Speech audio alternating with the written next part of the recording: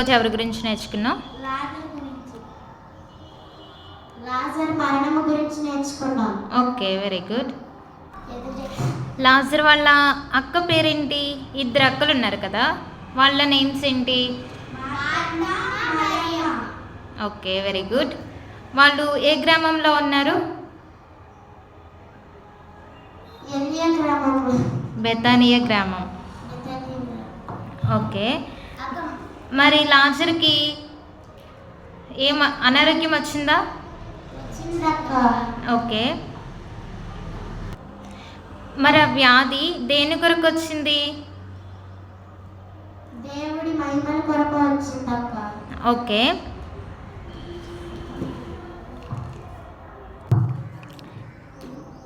మరి యేసుక్రీస్తు ఎక్కువగా ఎవరిని ప్రేమించారు? లాజర్ను.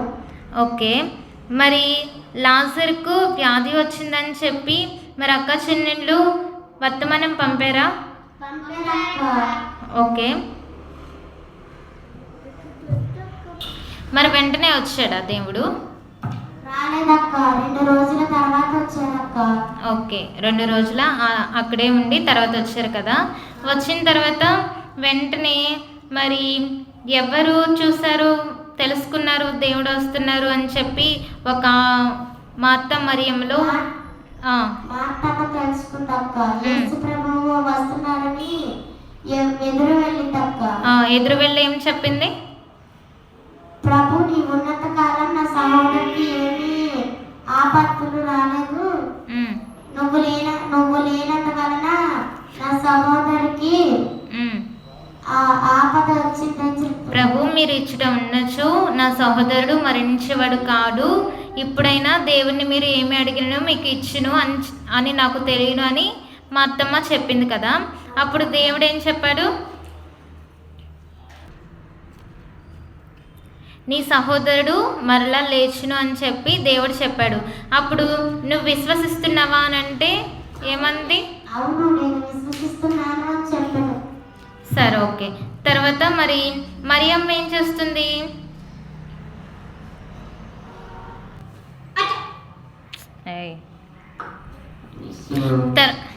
తర్వాత మరి మరియమ్మ దగ్గరికి కొంతమంది యూదులు వచ్చారు కదా. వచ్చి ఏం చేశారు? మరియమ్మని ఓదార్చారు. తర్వాత యూదులు మొత్తం అందరూ కలిసి యేసుక్రీస్తు దగ్గరికి వెళ్ళారు కదా. వెళ్ళిన తర్వాత మరియమ్మ ఏమంది? నువ్వు ఉంటే నా తమ్ముడు మరణించేవాడు కాదు అన్నదక్క అని చెప్పింది కదా. చెప్పిన తర్వాత వెంటనే దేవుడు అక్కడ ఉన్నటువంటి యూదులందరినీ కూడా చూసి దేవుడు మొట్టమొదటిగా కంటతడి పెట్టుకున్నారన్నమాట. దేవుడు కంటతడి పెట్టాను. అంతటా యూదులు ఆయన చూసి ఏమన్నారు? దృష్టి లేని వాళ్ళకి కన్నులు ఇస్తున్నారు, మరి లాజర్ను మృత్యుము నుండి తప్పింపలేకపోయినా అన్నారనమాట. అప్పుడు యేసు మరలా దీర్ఘంగా నిట్టూర్చి ఎక్కడికి వెళ్ళారు? ఓకే, సమాధి దగ్గర వెళ్ళిన తర్వాత అది సమాధి దేంతో ముయ్యబడి ఉంది? Okay, very good. రాతితో ముయ్యబడి ఉంది అనమాట. రాతి. అప్పుడు ఆ గుహ దగ్గరికి వెళ్ళి దేవుడు ఏమన్నాడు? రాత్రిని తొలగింపుడు అని చెప్పాడు. తర్వాత అప్పుడు వాళ్ళ సహోదరి ఏమంది?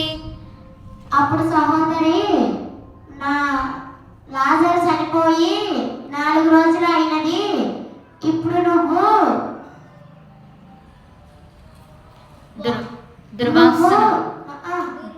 దుర్వాసన తొలగిస్తే దుర్వాసన వస్తుందని చెప్పిందక్క.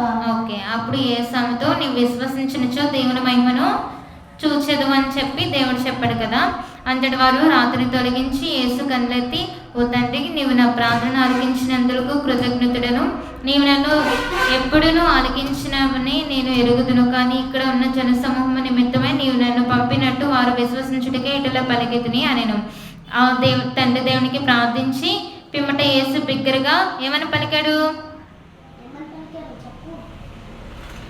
లాజరు బయటికి రమ్ము అని చెప్పిన వెంటనే వచ్చిన తర్వాత అతను ఏమైంది? కాళ్ళు చేతులు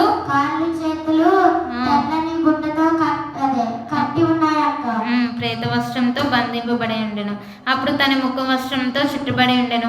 యేసు వారితో అక్కడున్న వాళ్ళతో కట్లు విప్పు అని చెప్పాడక్క. తనని పోనిండు అని చెప్పాడనమాట. ఇలాగా ఈ యొక్క అద్భుతమును దేవుడు చేశాడు. అర్థమైందా? అర్థమైందక్క. Okay, very good. దేవుడు మొదటిగా చేసిన అద్భుతము ఒక పండుగలలో ద్రాక్షారసం అయిపోయినదక్క.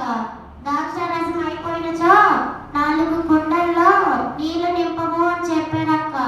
నీళ్లు నింపి దేవుడు మహిమ చేసి దానిని ద్రాక్షారసముగా చేసినక్క. అదే మొదటి మహిమ అక్క.